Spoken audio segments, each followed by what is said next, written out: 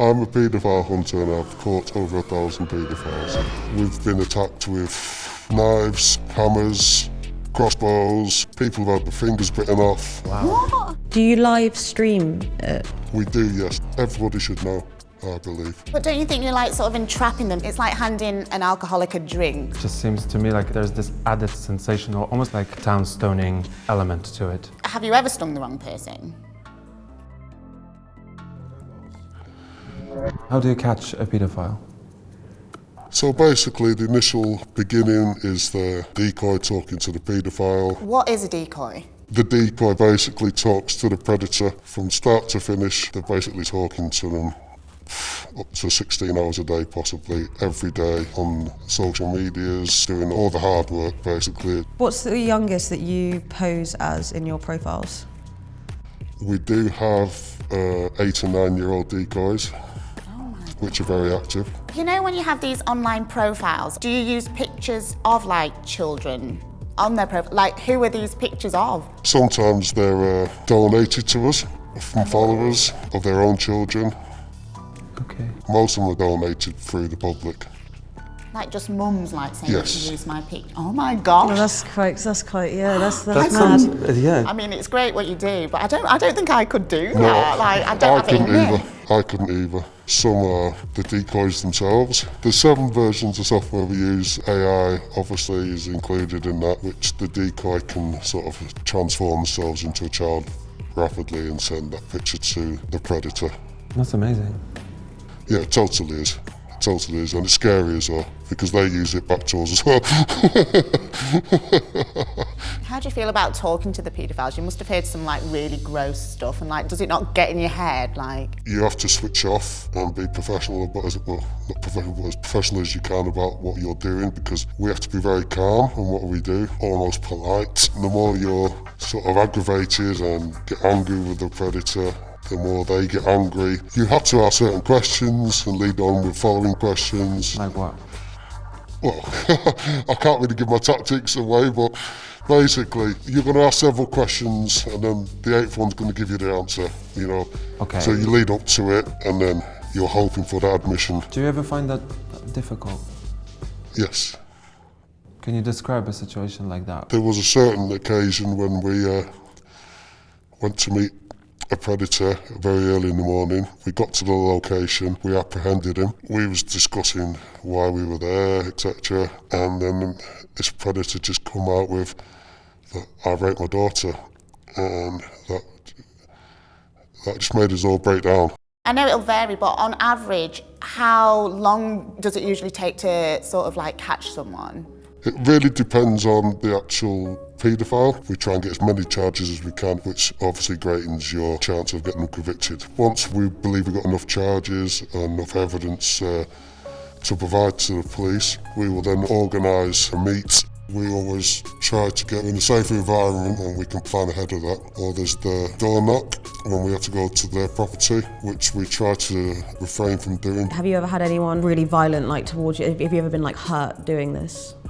Myself personally, or any of my team have never been hurt. We face altercations virtually at every sting that we do. We've been attacked with knives, hammers, crossbows, screwdrivers, furniture. We had, there's been people have had their fingers bitten off of other teams. Oh, wow. What? We can have members of the public turning up, family members turning up. Can I ask why they would turn up? Because obviously sometimes we try to get locations that are in the corners out the way where nobody can see us, but sometimes we have to do it there and then, wherever they turn up sometimes. So sometimes they're in the public eye. When I first started paedophile hunting, I was shocked at the enormity of the actual problem. It gives you a rush, because he's come to potentially meet a child. He could have done that several times before and got away with it. And it's that actual rush that when they turn up, it's amazing. I guess you feel like a superhero. Pardon? You feel like a superhero, I'm guessing, right? Well, possibly. I don't feel like a superhero, no. How would you describe your relationship with the police? We have a good relationship with probably 90% of the police force. There is an element that treats us like the criminal, which, you know, rightly or wrongly, I don't know. Why? We found it's mainly where the paedophile rings have been. The 90% they give us good feedback, they thank us for what we're doing. People call a lot of us vigilantes, which I can understand. We are far from vigilantes. We do everything by the book. We're 100% straight with everything, and the police are very happy with our work most of the time. Have you ever stung the wrong person? As a team, we haven't personally, no. But there have been several occasions where other teams have, yes. Don't you think it should be regulated? Because how do you know that people in your group or other groups are not going to break those rules? That's as long as we're doing it correctly. But who is responsible for that? What I'm saying is, like, this is all kind of unwritten. It's not really No, the police have sort of rules, so we have to obviously follow those rules. So we can't just do how we feel we should do it. But there are, again, like you said, there are groups that don't follow the instructions. You know, they make their own rules. So. And that's my concern, because your group, you say that you follow the rules, but not regulating this whole thing leaves room for people to actually break the rules. Do you live stream it? We do, yes. Not always, but on a lot of occasions we do, yes. Publicly live stream it? Yes. When you live stream a video, everybody knows that he's a predator, which, you know, people should be aware that you might live next door to a predator, or your friend may be a predator. Everybody should know, I believe. What if you're wrong and you've done all that and someone is innocent? Touch wood, we've never been wrong. With other teams have. That's what I mean. Yes, other teams have, but that's through their teamwork and not doing the correct procedures. But don't you think there's a problem with what, to me, seems a bit like a public lynching? Yes, we can't afford to light up the wrong person, for obvious reasons. You said that, and I believe that you haven't, but there is Absolutely. always a margin 100%. of error. And imagine that live. We'd never take a chance. We wouldn't take 1% chance. We don't take 1% chance in our team.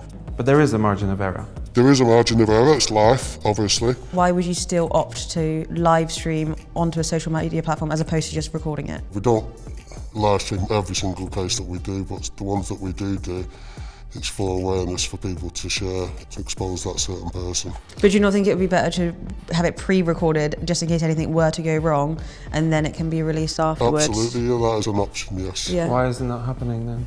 Why? Why isn't it happening? Why do you insist on live streaming it? We take each case in and work out what we're going to do with that, including the live streaming. Okay. We don't live stream every single one that we do. If it's not live, I don't think that's going to take away from the awareness. I agree that you might want to expose them, and I understand that. I support that, actually. But it just seems to me like it's like there's this added sensational, almost like a primitive, sensational, like town stoning element to it, yeah. Which can't be good for anyone.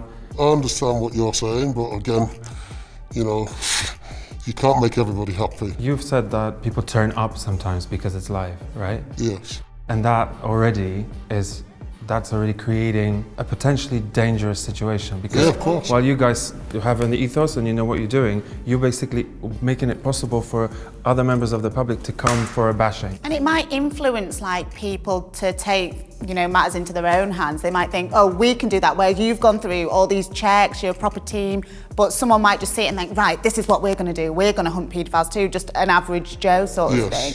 So they might think that they could do it too without knowing what's behind. You're right, there is a lot of teams that are trying to set up. Fortunately or unfortunately, they don't last very long. We did a previous episode speaking to a virtuous paedophile, and I went in thinking I was going to hate the guy, but I actually felt really sorry for him. Yeah, I saw it, yeah. The problem is that it's a spontaneously arising thing. The attraction itself is involuntary. Something that's involuntary isn't a choice. I find it difficult because I don't think that you should personally be around children, but then I also, on the flip side, feel like this is probably something that is wired in your brain. What's your take on virtuous paedophiles? It's funny because I watched that, obviously. Yeah.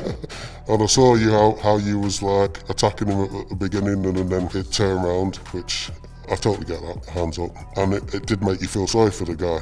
On the other hand, you know, when you're on this side of it and you've, you know, apprehended so many people, it only takes that one time.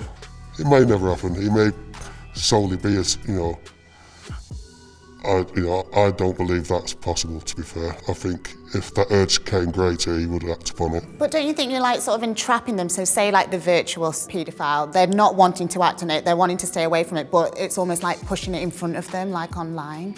Do you know what I mean? Yeah, I know what you mean. It's like handing an alcoholic a drink sort of thing. But do you think that's wrong if they're trying to be better or trying not to do it? No, if you know, they need help. You know, there's no two ways about that. I wish there was help for them. I think the whole system that we live in is totally a shambles. The sentences that they receive is not a deterrent. What are they? They receive, just say for instance, 2 to 5 years, say. 2 to 3, 4 years is normal for a sentence. There should be a cap there. Right, you get 5 years straight away, whatever. 4 times you get 10 years. 5 times you're 15, 20 years or whatever. That would make them think a bit more, I think, as well. I don't really think that this is about willpower, because if you are, imagine the same way you are attracted to whoever you're attracted to. Yes. A pedophile is attracted to a child. There's work that needs to be done, and it sounds like no one's facilitating it. Like, what happens in a prison? Do you think people get therapy? No.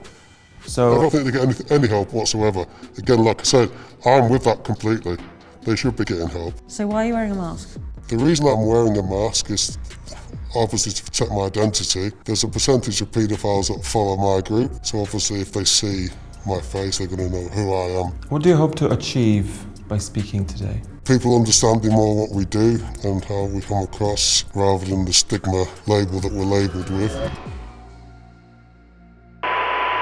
I think what he does is honourable, but the one thing that I actually don't agree with is the live stream. I think that's really wrong. Like, Me neither. And I felt like he was kind of like, he was a little bit defensive about some of those things. even with his explanation, I still don't see what they benefit from a live stream, because surely they can record it, you know, and do it privately and personally without that yeah, I agree. sensationalises it. I don't think there's any point in the live stream at all. I think it's more of just one of those, you know, like just almost like peacocking, like look what we're doing.